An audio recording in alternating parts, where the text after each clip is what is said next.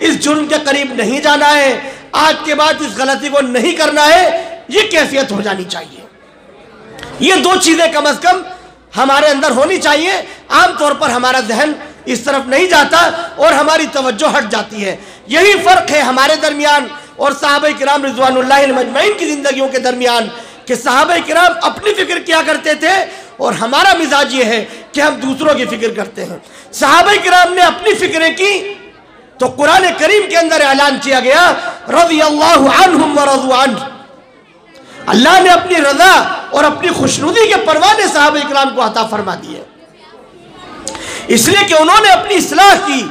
انہوں نے اپنے رب کو، اپنے اللہ کو راضی کیا اپنے اعمال کے ذریعے سے۔ یہ کون لوگ تھے؟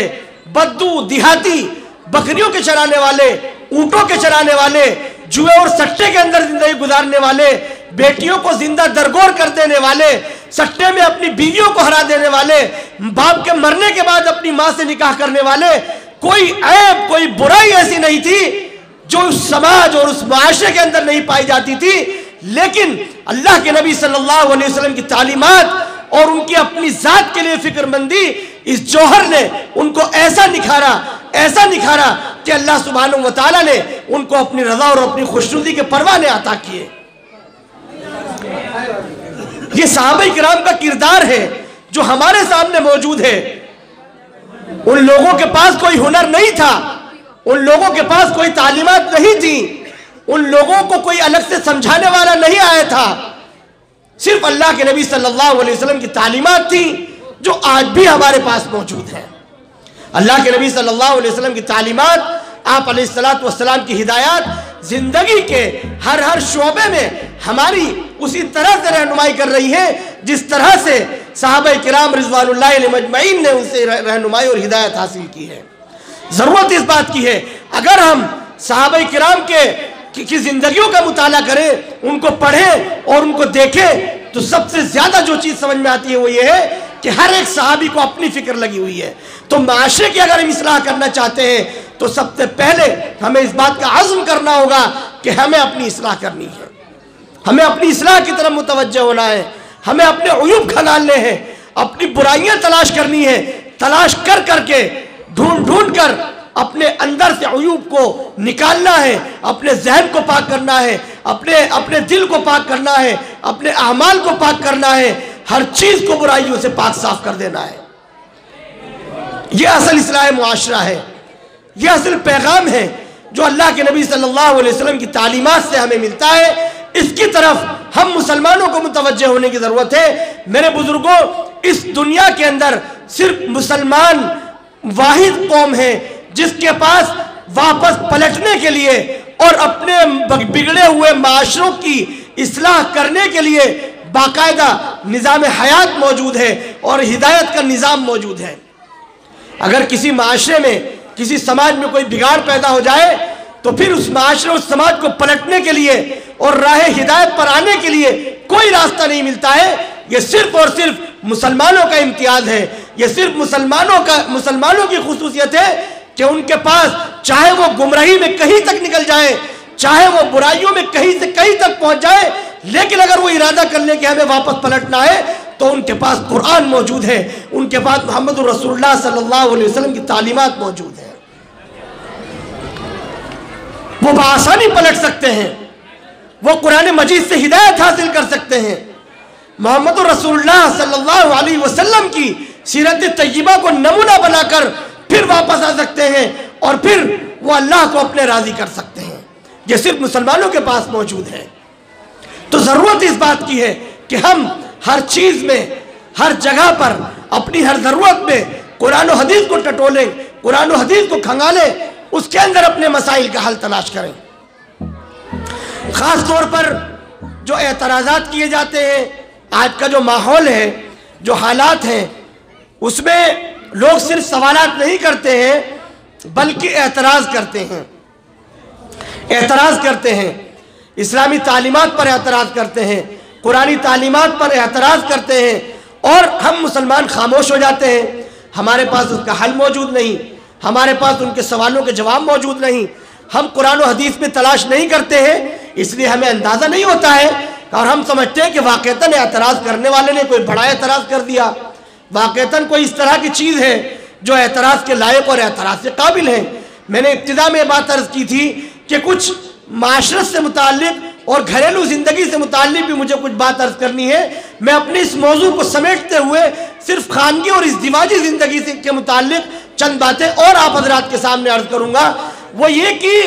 ہمارے یہاں جو اعتراض کیا جا رہا ہے آج کے دور کے اندر، وہ ایک بڑا اعتراض خواتین کے اوپر ہے کہ اسلام میں خواتین کو حقوق نہیں دیے گئے ہیں، کر رکھا جاتا ہے، عورت کو کچلا جاتا ہے، اس کو پردے میں رکھا جاتا ہے، عورت کی آزادی چھینی جاتی ہے، عورت کے حقوق مردوں کی طرح سے نہیں ہے۔ یہ اس طرح کے اعتراضات ہیں جو عام طور پر ان لوگوں کی طرف سے سامنے آ رہے ہیں جو لوگ اسلام کو، اسلام کے نظام کو، اس کی تعلیمات کو صحیح سے نہیں سمجھتے ہیں، یا انہوں نے اسلام کو نہیں پڑھا ہے۔ وہ اپنی عقل و دانش میں سمجھتے ہیں کہ ہم نے جو اعتراض کیا ہے وہ بہت اچھا ہے، ہم نے جو بات پیش کی ہے وہ بہت اچھی ہے۔ لیکن حقیقت یہ ہے میرے بزرگوں کہ آج دنیا کے اندر خواتین کے حقوق کی جہاں کہیں جیسی بھی آواز لگائی جا رہی ہے، عورتوں کے حقوق کے لیے جتنے لوگ بھی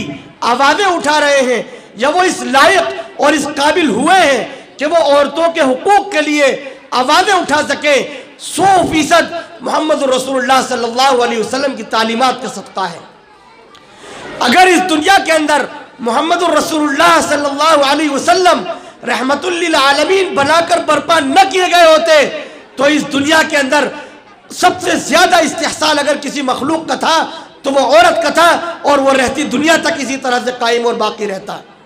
قربان جائیے محمد رسول اللہ صلی اللہ علیہ وسلم کی تعلیمات کے۔ آپ علیہ السلام نے خواتین کو حقوق دیے، خواتین کے سلسلے میں ایسی زبردست تعلیمات دی اور امت کو ایسے اسباق دیے کہ آج عورتوں کو مردوں کے برابر حقوق نہیں بلکہ عورتوں کو مردوں سے زیادہ حقوق دیے جاتے ہیں۔ اس دنیا کے اندر اسلام واحد مذہب ہے جس کے اندر عورتوں کو سب سے زیادہ حقوق دیے جاتے ہیں۔ آپ تاریخ کا مطالعہ کریں، اللہ کے نبی حضرت محمد صلی اللہ علیہ وسلم کی بعثت سے پہلے کی زندگی کو دیکھیں، آپ صلی اللہ علیہ وسلم کی بعثت سے پہلے کی تاریخ دیکھیں تو آپ کو نظر آئے گا کہ عورت اس دنیا کے اندر بدترین مخلوق سمجھی جاتی تھی، عورت کو انسان کا درجہ تک نہیں دیا جاتا تھا، عورت مردوں کے ہم پلہ تو دور، مردوں کی برابری تو دور، اس کے ساتھ جانوروں جیسا برتاؤ اور سلوک کیا جاتا تھا۔ یہ عورت تھی، یہ عورت کے حقوق تھے، اور خاص طور پر عورت کے جو مخصوص ایام ہوتے ہیں ان مخصوص ایام میں عورتوں کو گھر سے الگ کر دیا جاتا تھا، ان کے برتن الگ کر دیے جاتے تھے، ان کے سارے معاملات بالکل الگ تھلگ ہو جاتے تھے، عورتوں کو اچھوت بنا دیا جاتا تھا، الگ تھلگ ڈال دیا جاتا تھا۔ اللہ کے نبی صلی اللہ علیہ وسلم کی تعلیمات کے صدقے میں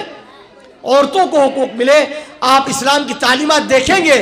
ہر چیز میں اللہ کے نبی صلی اللہ علیہ وسلم نے عورتوں کو برابر کے حقوق دیے، اور بہت ساری صورتیں اسلام کے اندر ایسی ہیں جن کے اندر خواتین کو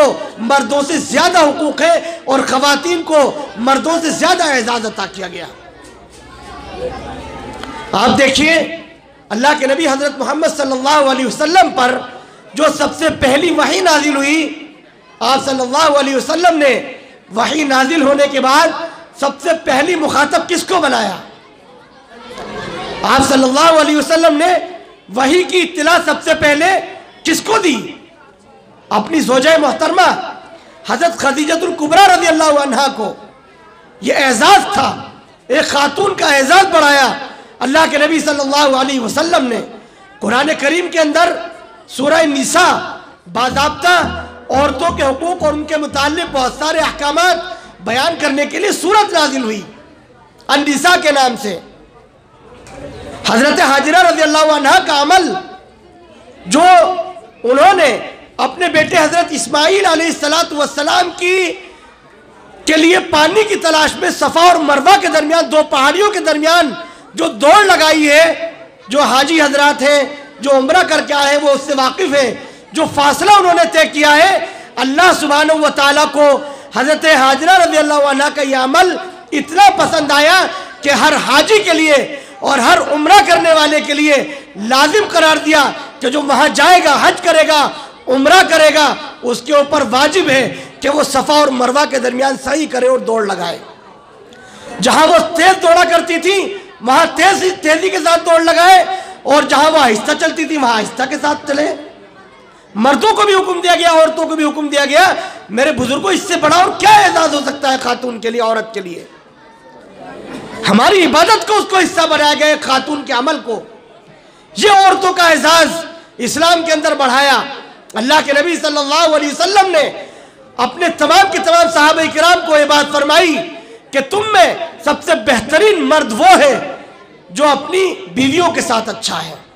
اور میں تم تمام میں اپنی بیویوں کے ساتھ سب سے بہتر اور اچھا سلوک کرنے والا ہوں. سب سے اچھا سلوک حضور پاک علیہ السلام نے اپنی ازواج مطہرات کے ساتھ کر کے دکھایا. یہ آپ صلی اللہ علیہ وسلم کا اسوہ اور نمونہ ہے. اما عائشہ رضی اللہ عنہ فرماتی ہے, اس سے پہلے بھی میں نے یہ حدیث اور واقعہ یہیں آپ حضرات کے سامنے بیان کیا تھا. اما عائشہ رضی اللہ عنہ فرماتی ہے کہ اللہ کے نبی صلی اللہ علیہ وسلم جب گھر میں تشریف فرما ہوتے اور دودھ کا پیالہ ہوتا اور تو آپ صلی اللہ علیہ وسلم پہلے مجھے حکم فرماتے کہ عائشہ تم پیو. پہلے میں دودھ پیتی اور آپ صلی اللہ علیہ وسلم دیکھتے رہتے کہ میں کس جگہ اپنے ہونٹ لگا رہی ہوں, میں کس جگہ سے پی رہی ہوں. پھر جب میں آپ صلی اللہ علیہ وسلم کی خدمت میں پیش کرتی تو آپ صلی اللہ علیہ وسلم بالکل اسی جگہ سے نوش فرماتے جس جگہ سے میں پی رہی تھی, اور ان دنوں میں ناپاکی کی حالت میں ہوا کرتی تھی. وہ عورت جس کو جانوروں کے ساتھ باندھ دیا جاتا تھا ناپاکی کے دنوں میں, محمد الرسول اللہ صلی اللہ علیہ وسلم کی تعلیم یہ ہے کہ آپ صلی اللہ علیہ وسلم نہ صرف یہ کہ ان کا پکا ہوا اور ان کا لایا ہوا پی رہے ہیں, بلکہ جس جگہ انہوں نے ہونٹ لگائے ہیں اس جگہ سے آپ صلی اللہ علیہ وسلم نوش فرما رہے ہیں. دیکھیے کس طرح سے عورت کا اعزاز بڑھایا ہے, کس طرح سے اللہ کے نبی صلی اللہ علیہ وسلم نے عورت کو عزت بخشی ہے. اس کو گھر کے اندر کیا مقام آپ علیہ السلام نے عطا فرما دیا ہے. اسی طرح سے ایک روایت میں فرماتی ہے کہ جب ہم گوشت تناول فرماتے تھے آپ صلی اللہ علیہ وسلم تو میں پہلے بوٹی جو بوٹی ہوتی تھی میں اس کو نوچ نوچ کر کے کھاتی تھی, پھر آپ صلی اللہ علیہ وسلم مجھ سے لے لیتے تھے اور آپ علیہ السلام اسی جگہ سے نوچ کر کے نوش فرماتے تھے جس جگہ سے میں نوچ نوچ کر کے کھا رہی تھی. یہ عورت کا اعزاز ہے. اللہ کے نبی صلی اللہ علیہ وسلم نے ہمیشہ ہمیشہ کے لیے عورت کا اعزاز بڑھایا ہے. ہم پورے سال کے اندر ایک دن 8 مارچ کو عالمی یوم خواتین مناتے ہیں اور ہم یہ سمجھتے ہیں کہ ہم نے عورتوں کو حقوق دے دیے, ہم نے عورتوں کا مرتبہ اور مقام بڑھایا ہے. آج کا دن 8 مارچ کا دن ہے. پوری دنیا کے اندر 8 مارچ یہ یوم خواتین منایا جاتا ہے, عالمی یوم خواتین کا دن تھا آج. تو ہم یہ سمجھتے ہیں کہ بس ایک دن عورتوں کی واہ واہ کرتی اور ایک دن عورتوں کے حقوق کی بات کر لی, ہیومن رائٹس کی بات کی اور بس ہم نے سمجھا کہ ہم نے حقوق ادا کر دیے اور ہم نے ان کا مرتبہ اور ان کا مقام بڑھا دیا. یہ جو آوازیں اٹھائی جا رہی ہیں اور یہ جو کچھ بھی باتیں ہو رہی ہیں یہ آپ صلی اللہ علیہ وسلم کی تعلیمات ہی کے صدقے میں ہے, اور یہ کسی ایک دن کے لیے نہیں ہے بلکہ اللہ کے نبی صلی اللہ علیہ وسلم نے ہر دن عورت کا اعزاز اور عورت کا مقام اسی طریقے سے بڑھایا ہے. اسلام دین فطرت ہے, اللہ سبحانہ و تعالیٰ نے تقسیم کی ہے. مرد کی تقسیم الگ ہے, عورت کی تقسیم کار الگ ہے. اسلام میں عورت کو شمع محفل نہیں بنایا گیا ہے کہ پروانے اس کے اوپر ٹوٹ پڑیں, بلکہ عورت کو اسلام نے گھر کی ملکہ بنایا ہے. عورت گھر کے اوپر راج کرنے کے لیے, عورت گھر کی ملکہ بن کر کے رہنے کے لیے, وہ بازاروں میں اور میلے ٹھیلوں میں نکلنے کے لیے نہیں ہے کہ اس کے اوپر جو ہے وہ پروانے اپنی غلط نگاہیں ڈالیں اور اس کے اوپر قربانیاں دیں. عورتیں اس لیے نہیں ہیں.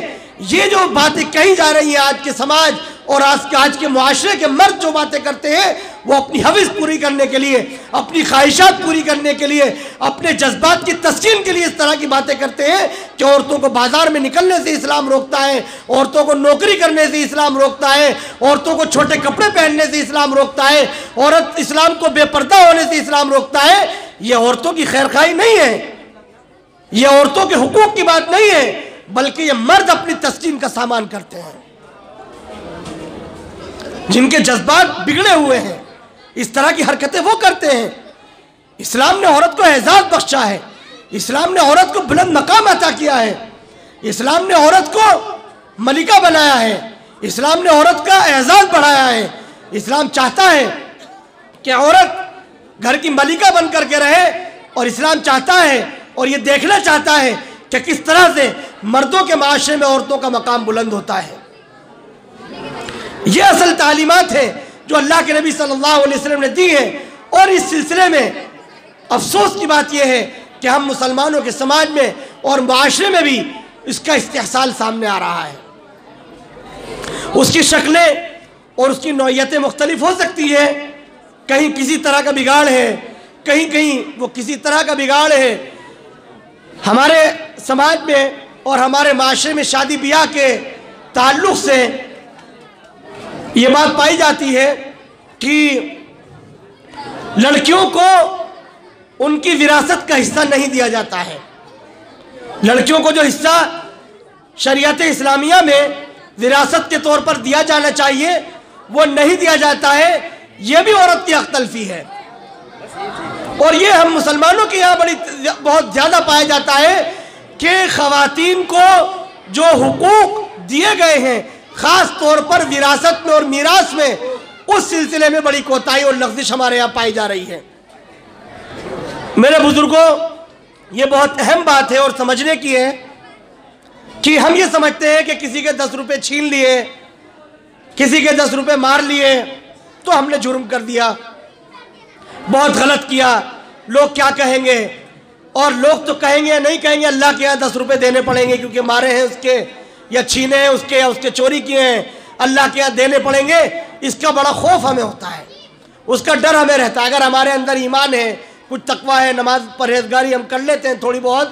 تو ہمیں ڈر رہتا ہے کہ اللہ کے یہاں 10 روپے دینے پڑیں گے، اس لیے کوشش کرتے ہیں کسی طرح سے اس کے 10 روپے ادا کر دیں۔ لیکن جو جرم ہم مستقل کر رہے ہیں، جس جرم کے اندر ہم مستقل مبتلا ہیں، اس جرم کی طرف ہماری توجہ نہیں ہے، اور جرم یہ ہے کہ ہم نے اپنی بہنوں کا حصہ میراث کے اندر نہیں دیا، بیٹیوں کا حصہ میراث کے اندر نہیں دیا، پھوپھیوں کا حصہ میراث کے اندر نہیں دیا، بیویوں کا حصہ میراث کے اندر نہیں دیا، سارا مال ہم ہڑپ کر جاتے ہیں، اور ہم اس کو کوئی جرم نہیں سمجھتے کہ ہم نے کچھ غلط کیا ہے، ہم اس کو جرم نہیں سمجھتے۔ ہمارے معاشرے میں بیٹیوں کو، بیویوں کو، ماؤں کو وراثت میں حصے دیے جانے کو، نہ دیے جانے کو کوئی برائی نہیں سمجھا جاتا ہے، بلکہ بعض لوگ تو یہ تصور کرتے ہیں کہ چونکہ بیٹی کو جہیز دے دیا تھا اور جہیز میں بہت سارا سامان دے دیا تھا تو اب اس کا وراثت میں کہاں سے حصہ نکلے گا؟ وہ تو جو کچھ اس کا بنتا تھا اس کو تو جہیز میں دے دیا ہم نے۔ یہ سراسر غلط تصور ہے۔ اسلام سے، اسلامی تعلیمات سے اس کا کوئی رشتہ اور کوئی تعلق نہیں ہے۔ جہیز بالکل الگ چیز ہے، اور وراثت کی جو حصہ داری وہ بالکل الگ چیز ہے۔ سمجھنے کی بات یہ ہے کہ جہیز آ کہاں سے گیا؟ جہیز تو ہم نے خود اپنے اوپر مسلط کیا ہے، جہیز تو اسلام میں نہیں ہے، جہیز کی تو باتیں اسلام میں نہیں کہی گئی ہیں، جہیز تو نہ اللہ کے نبی صلی اللہ علیہ وسلم نے دیا، نہ صحابہ کرام نے دیا، خیر القرون میں کہیں کوئی اس طرح کی مثالیں نہیں ملتی ہیں۔ یہ تو بات کی چیزیں ہیں، اور خاص طور پر ہم ہندوستانیوں میں یہ وبا اور یہ رسم برادران وطن سے ہمارے اندر منتقل ہوئی ہے، چونکہ برادران وطن میں یہ تصور ہے کہ بیٹی کو جائیداد میں سے اور تمام چیزوں میں سے جو میسر آئے شادی کے وقت اس کو رخصت کر دیا جائے۔ اب اس گھرانے سے اس کا کوئی رشتہ اور کوئی تعلق باقی نہیں رہتا، اس کو گھر سے بالکل الگ کر دیا جاتا ہے، اس لیے جو کچھ بھی ہوتا ہے اس کے ساتھ میں کر دیتے ہیں۔ لیکن اسلام میں یہ تصور نہیں ہے۔ اسلام میں نکاح کا مطلب یہ نہیں ہے کہ بیٹی کا اور بہن کا نکاح کر دیا تو اب اس گھر سے، اس کے میکے سے اور اس کی ددھیال کے خاندان سے اس کا کوئی تعلق نہیں رہا۔ ایسا نہیں ہے، بلکہ بیٹی کا رشتہ باپ سے، بھائی سے، تمام عزیز و اقارب سے بالکل بیائی نہیں وہی کا وہی باقی رہے گا جو پہلے سے موجود تھا۔ حتیٰ کہ اگر بہن بیٹی طلاق لے کر یا شوہر کے انتقال کے بعد گھر واپس آ جائے، اس کے سارے معاملات باپ بھائی کو اسی طرح سے کرنے پڑیں گے، اس کی ساری ذمہ داریاں اسی طرح سے نبھانی پڑیں گی جس طرح سے اس کے کنواری کی زندگی میں نبھایا کرتے تھے۔ اسلام میں کنیا دان کا تصور نہیں ہے کہ بیٹی کو دے دیا، نکال دیا تو نکال دیا۔ اگر بیٹی گھر واپس آتی ہے تو گھر کے اندر وہی عزت اور وہی مقام وہ پھر سے پائے گی جو اس کا پہلے سے اس گھر کے اندر تھا۔ اس لیے اس چیز کو بھی ختم کرنے کی ضرورت ہے اور اس بات پر عمل کرنے کی ضرورت ہے کہ بہنوں کو، بیٹیوں کو، ماؤں کو، پھوپھیوں کو ان کی جائیداد میں حصہ دیا جائے۔ جب ان کا جو جائیداد کا حصہ ہے، وراثت کا، میراث کا جو ان کا حصہ ہے، جب وہ حصہ دیا جائے گا تو جہیز جیسی رسمیں ہمارے معاشرے سے خود بخود ختم ہوتی چلی جائیں گی۔ اور اس وقت جہیز تو بالکل ناسور بن چکا ہے، ہمارے معاشرے کو اور ہمارے سماج کو گھن کی طرح سے کھا رہا ہے۔ آپ دیکھتے ہیں کہ جہیز کی بنا پر کیسے کیسے معاملات ہمارے یہاں سامنے آتے ہیں اور کس طرح کی خرابیاں معاشرے کے اندر پنپتی چلی جا رہی ہیں، بڑھتی چلی جا رہی ہیں، ان کو دور کرنے کی ضرورت ہے۔ جہیز نہ دیں اور نہ لیں۔ جب جہیز نہ لینے کا عزم کریں گے تو پھر اس بات کی ہمت ہوگی، اس بات کا حوصلہ ہوگا کہ ہم جہیز دیں گے بھی نہیں بلکہ ہم تو وراثت کا اور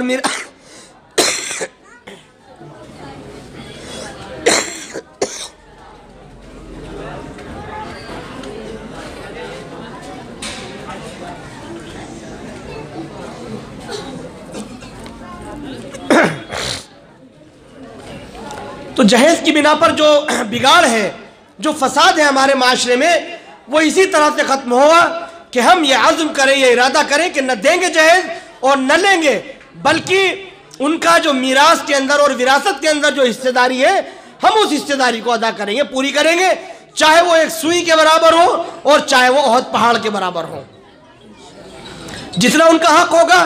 بہنوں کا، بیٹیوں کا، ان کا حق دے دیا جائے گا۔ اس جہیز پرتھا کی بنا پر اور جہیز کی رسم اور لعنت کی بنا پر بہت ساری بیٹیاں گھروں کے اندر بیٹھی رہتی ہیں، ان کی عمریں نکلتی رہتی ہیں، ان کو اچھے اور بہترین رشتے نہیں مل پاتے صرف اس لیے کہ ان کے ماں باپ کے پاس اچھا خاصا جہیز دینے کا نظم و انتظام نہیں ہوتا ہے۔ اللہ کے نبی صلی اللہ علیہ وسلم نے فرمایا تنکح المرأة لمالها ولجمالها ولحسبها ولنسبها فاظفر بذات الدین طربت یداک، کہ عام طور پر لڑکی سے جو نکاح کیا جاتا ہے وہ حسب نسب کی بنا پر کیا جاتا ہے، خوبصورتی کی بنا پر کیا جاتا ہے یا اس کی مالداری کی بنا پر کیا جاتا ہے، لیکن تم اس کی دینداری کو تلاش کر کے اور دینداری کی بنا پر اس سے نکاح کر کے کامیاب ہو جاؤ۔ گویا اللہ کے نبی صلی اللہ علیہ وسلم نے کامیابی کی بالکل آخری شاہ کلید بتائی کہ جو لڑکی زیادہ دیندار ہے اس دیندار لڑکی سے نکاح کرو اور کامیاب ازدواجی زندگی تم بسر کرو۔ میرے بزرگوں افسوس کے ساتھ یہ بات کہنی پڑتی ہے، اس کے بالکل الٹا ہمارا سماج اور ہمارا معاشرہ چل رہا ہے۔ جو بیٹیاں اور بہنیں ذرا بھی دیندار ہوتی ہیں، ان کا مزاج ذرا سا بھی دیندارانہ ہوتا ہے، ان کو اسی طرح کے تانے سننے کو ملتے ہیں۔ عورتیں گھروں کے اندر کہہ کر کے جاتی ہیں، اگر کسی جگہ رشتہ تلاش کرنے کے لیے گئے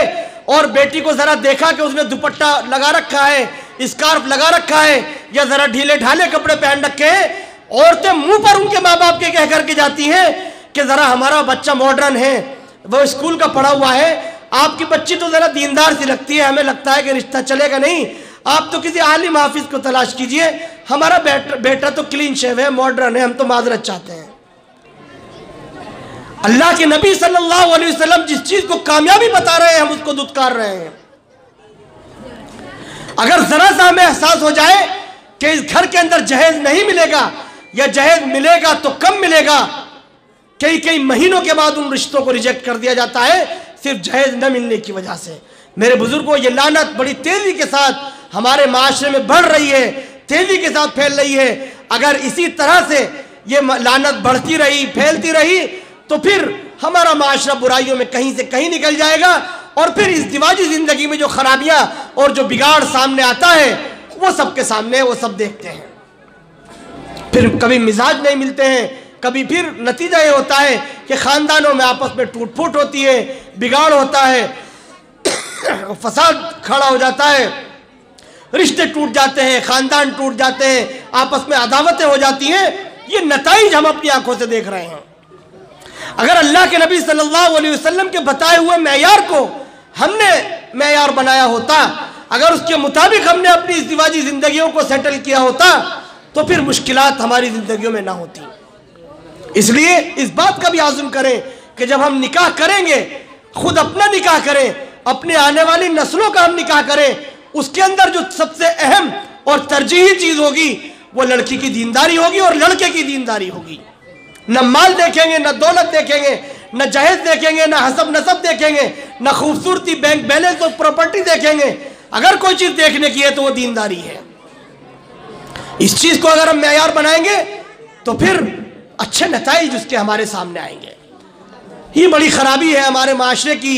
اس کو بھی دور کرنے کی ضرورت ہے. اور جیسا کہ میں نے عرض کیا کہ وراثت میں عورت کا جو حصہ ہے، اگر عورت ماں ہے تب بھی اس کا وراثت میں حصہ ہے، بہن ہے تو بھی اس کا حصہ ہے، بیٹی ہے تو بھی اس کا حصہ ہے. کسی وارث کا کسی کا انتقال ہو جائے، کسی مورث کا، تو جو اس کے وارثین ہیں وہ تمام لوگوں کو لکھ کر کے فلاں صاحب کا انتقال ہوا، انہوں نے اپنے اتنے وارثین چھوڑے ہیں اور اتنی وراثت وہ چھوڑ کر کے مرے ہیں. شریعت میں کس کا کتنا حصہ ہے. دارالافتاء موجود ہیں، علماء کرام موجود ہیں، موبائل نے اتنا آسان کر دیا ہے. کسی عالم مفتی کو فون ملائیے، 1 منٹ کے اندر مسئلے کا حل تلاش کر لیجئے. لیکن معلوم ضرور کیجئے کہ شریعت اس سلسلے میں اب ہماری کیا رہنمائی کرتی ہے. شریعت ہماری کیا رہنمائی کرتی ہے کہ اب بہنوں کا کتنا نکلے گا، ماں کا کتنا نکلے گا، فلاں کا کتنا نکلے گا. ساری تفصیلات لکھ دیجئے، شریعت کا حکم آپ کے سامنے آ جائے گا. یہ سب سے آسان شکل ہے. میرے بزرگوں، اسلامی تعلیمات کو رواج میں لانے کی ضرورت ہے، عمل میں لانے کی ضرورت ہے، اور خاص طور پر اس چیز کی ضرورت ہے کہ ہم میں کہ ہر فرد اس بات کی کوشش کرے میری اپنی اصلاح کیسے ہو جائے، میں خود کس طرح سے سنور جاؤں، میری زندگی کس طرح سے اچھی ہو جائے، میرا اللہ مجھ سے کس طرح راضی ہو جائے، میں کس طرح حضور پاک علیہ السلام کی سیرت پر عمل کرنے والا بن جاؤں. یہ فکریں ہونی چاہیے. دوسروں کی فکر اس طرح سے نہیں کی جانی چاہیے کہ ہر برائی دوسروں کے سر مڑ دے اور ساری اچھائیاں اپنی تصور کریں. دوسروں کی بھی فکر کی جائے گی، دوسروں کو بھی اچھی باتیں بتائی جائیں گی، دوسروں کی بھی اصلاح کی باتیں کہی جائیں گی، لیکن اس میں یہ بات پیش نظر ہوگی کہ میری بھی اصلاح ہو جائے، میرے بھائی کی بھی اصلاح ہو جائے، میں بھی اللہ کا نیک برگزیدہ بندہ بن جاؤں، اور میرا بھائی اور میرے تمام اعزاء و اقربا، رشتہ دار، میرا پورا معاشرہ، پورا مسلم سماج اللہ کا مقرب بن جائے. اس کے لیے فکریں ہوں گی تو پھر یقیناً برکتیں آئیں گی اور پھر ہم ان کو اپنی آنکھوں سے دیکھیں گے. میری بات تھوڑی قدرے طویل ہو گئی ہے اور وقت ہو گیا ہے، اس لیے میں اسی پر اپنی باتوں کو ختم کرتا ہوں. اللہ سبحانہ و تعالیٰ ہم سبھی کو عمل کرنے کی توفیق عطا فرمائے. آمین. وآخر دعوانا الحمدللہ رب العالمین.